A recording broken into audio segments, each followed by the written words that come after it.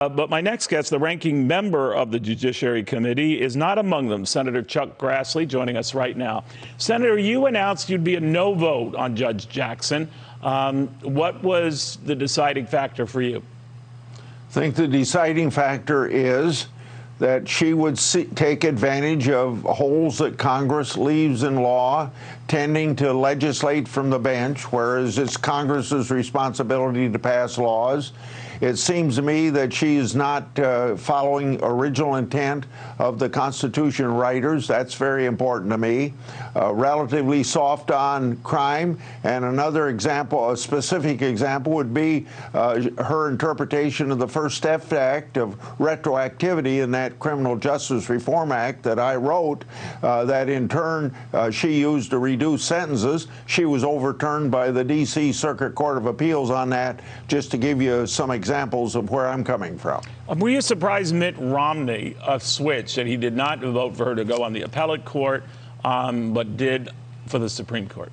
Well, that's very odd because, you know, in the case of Bork, in the case of some other people that are on the Supreme Court now, a lot of times they would get on the D.C. Circuit Court of Appeals almost unanimously, but they wouldn't get on the court, or if they got on the court, there was just a lot of changed votes against them.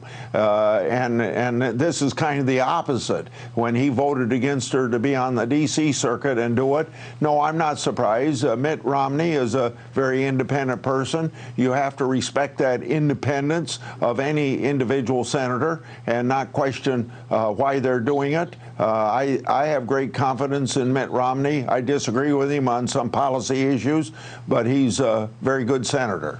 Senator, you're running for re-election, and we have this big White House event to celebrate the Affordable Care Act. Your opponent who's running against you, Abby Fickenhauer, has pointed out again and again that you tried to dump the Affordable Care Act no fewer than a dozen times. You've not held that back, and you've argued that you thought it was a mistake, and 12 times you've argued that. Is this issue a worrisome one for you back in Iowa? Not anymore. It's I did vote, as you indicated. I voted, and I did it because we ran the 2016 election on that. We didn't deliver on that promise just because of one vote in the United States Senate. That was John McCain. Right. Yeah, you're right. So we live with Obama being the law of the land now. We're going to try to improve it as we can, but I don't see it as an issue because we aren't running on a platform of repeal anymore. We're running on a platform of improving health care delivery in the United States. Like, for instance, I fought with this administration to get 65,000 Iowans continued for another year on their relatively cheap transition program. Or I'm fighting through the Grassley Wyden bill to get prescription drug prices down, which would save the taxpayers $95 billion and the consumers $72 billion. Is just one example. Health care always comes up at my town meetings in the state of Iowa, and and we're going to have to deal with it, whether we're in the minority or the majority. And I hope in 2 years we'll be in the majority. And if people are interested in continuing the majority as Republicans, go to GrassleyWorks.com. All right. Well, it could happen as soon as November, right? I mean, it might, the Senate might flip. Are you concerned that it might not be that soon, that you'd have to wait for another 2 years? Well, if the president opposed what we were doing to improve, and he vetoed it, I doubt if we to improve Obamacare, and he vetoed it, I presume that we would have to we'd have to override a veto, and maybe couldn't do that. Then it would be 2 more years. All right. I just wanted to be clear on that. You know, Senator, also, you had been looking at this whole Hunter Biden situation. You had said $5 million went from the people in China to Hunter Biden. You went on to say that this produced, quote, blackmail opportunities for China. When you were referring to blackmail opportunities, were you saying blackmail opportunities for China regarding President Biden?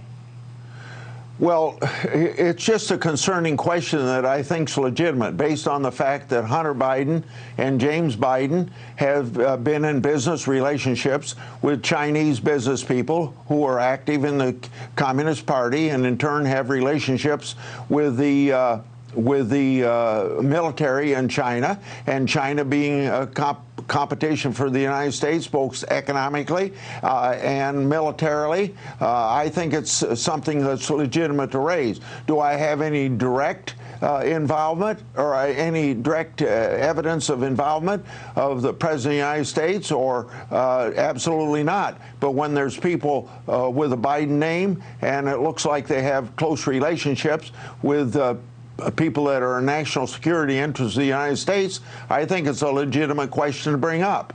You know, there's been a very big push, if I could switch to energy, Senator, maybe to tap ethanol as an alternative to traditional gasoline. That's a big part of your economy, and the corn growers in that state would probably welcome that. But there's some resistance from the White House, but not nearly as much as expanding domestic oil production.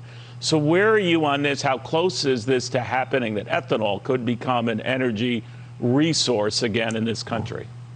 Oh, well, it's already a very important resource already. At least 10% of the gasoline used in the United States have ethanol mixed with it for the benefit of cleaning up the environment. It's a very environmental positive product. We can do a lot more through ethanol. Our plants aren't running at full scale.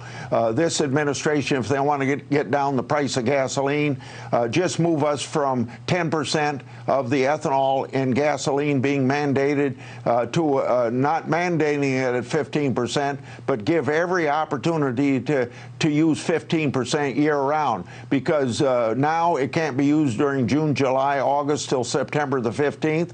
We've heard some evidence that this president is thinking about, through his own actions, maybe making E15, ethanol 15% of a gallon of gasoline to be sold during the summer. That would be a very positive move. One thing that ethanol needs is certainty. This government up and down, both in the Obama-Trump administration, now continuing a little bit in this administration, brings uncertainty to it. What we need is certainty. This will reduce the cost of fuel for your car and clean up the environment at the same time, create good jobs in rural America, and it also helps the farmers with the price of corn.